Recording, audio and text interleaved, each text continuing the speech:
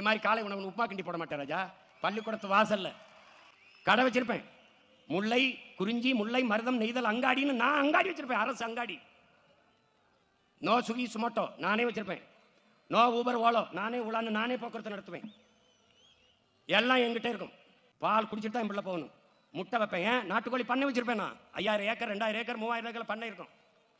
உனக்கு வெக்கமா இருக்க நீ போ, நான் வச்சுக்கிருவேன். ஆனா இங்க பார் முட்டை சாப்பிடுறேன், கறி சாப்பிடுறேன், பால் சாப்பிடுறேன் வந்தாயின்னு வச்சுக்க, பச்சை மட்டை வச்சு பிச்சு போடுவேன்.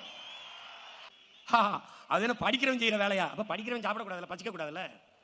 நீ சாப்ட்வேர் இண்டஸ்ட்ரியில் வேலை செய்யலாம், சாப்பிட்டு போய் தான் வேலை செய்யணும். நீ எல்லாவற்றையும் உன் அலைபேசியிலே பதிவிறக்கம் செய்ய முடியும். ஆனால் ஒரு சாப்பாடையும் 1 லிட்டர் தண்ணீரையும் உன்னால் பதிவிறக்கம் செய்ய முடியாது. ஒப்பந்தம் தான் செய்யணும். ஆர்டர் தான் பண்ணணும். என்ன பண்ணும்? ஆர்டர் தான் பண்ணணும். கடைக்கு சொல்லுவேன், கடைக்கு எங்கிருந்து வரும்? என்ன ஆத்தால பண்ணிட்டு இருந்து தான் அது வரணும். நல்லா கவனிச்சுக்க தம்பி. தம்பி நீ விண்வெளிக்கு விண்கலனை ஏவலாம், விஞ்ஞானிக்கு சாப்பாடு என் விவசாயி தான் கொடுக்கணும்.